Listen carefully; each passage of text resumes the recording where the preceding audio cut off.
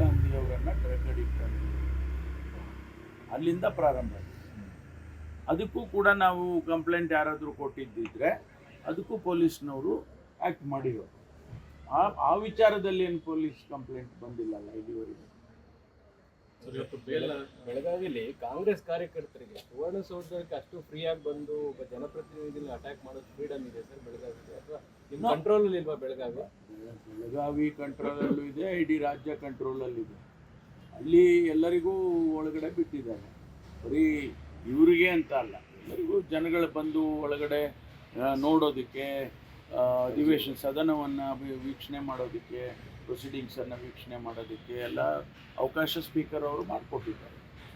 ಇದರಲ್ಲಿ ಅವ್ರು ಬಂದಿದ್ದಾರೆ ಅಂತ, ಅದು ಅವ್ರ ಕ್ಷೇತ್ರ ಕೂಡ ಆ ಭಾಗದಲ್ಲಿ, ಹಾಗಾಗಿ ಅವರು ಜನ ಬಂದಿರ್ಬೋದು.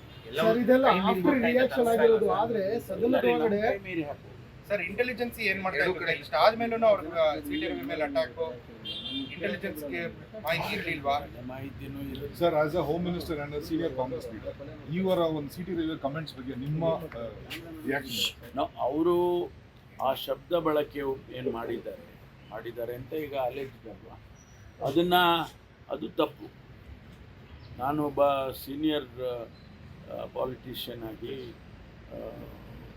ಅಷ್ಟೇ ಹೇಳ್ಬೋದು, ನಾವ್ಯಾರೂ ಸದನದಲ್ಲಿ ಆ ರೀತಿ ಶಬ್ದ ಬಳಕೆಯನ್ನು ಮಾಡಬಾರ್ದು. ಇಂಡಿವಿಜುವಲ್ ಆಗಿ ಮಾಡ್ತಕ್ಕಂಥ, ಅದು ಒಬ್ಬ ಹೆಣ್ಮಗಳು, ಅದು ಸಚಿವರಾಗಿರ್ತಕ್ಕಂಥದ್ದು, ಅವರಿಗೆ ಉಪಯೋಗ ಮಾಡೋದು ಸರಿ. ಯಾರು ಅವರಿಗೆ ಇನ್ಸ್ಟ್ರಕ್ಷನ್ಸ್ ಕೊಟ್ಟಿಲ್ಲ.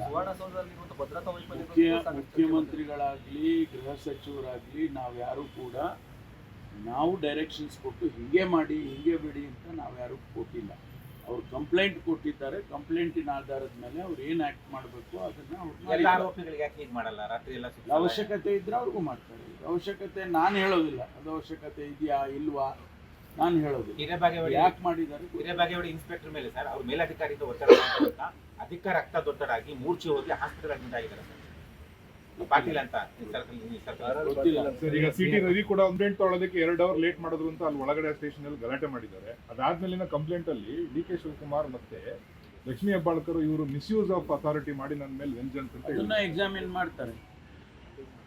ಅದನ್ನು ಎಕ್ಸಾಮಿನ್ ಮಾಡ್ತಾರೆ. ಅವರ ಕಂಪ್ಲೇಂಟನ್ನು ಎಕ್ಸಾಮಿನ್ ಒನ್ ಸೈಡ್ ಆಗೋದಿಲ್ಲ. ಅವರನ್ನು ಅವ್ರ ಕಂಪ್ಲೇಂಟನ್ನು ಎಕ್ಸಾಮಿನ್ ಮಾಡ್ತಾರೆ. ಬೆಳಗಾವಿಯಲ್ಲಿ ಅದಕ್ಕೇನು ಪ್ರೊಸೀಜರ್ ಅಲ್ಲಿ ಏನು ಮಾಡಬೇಕು ಅದು ಮಾಡ್ತಾರೆ. ಸರ್, ಇದು ಪೊಲಿಟಿಕಲ್ ಬ್ಯಾಟಲ್.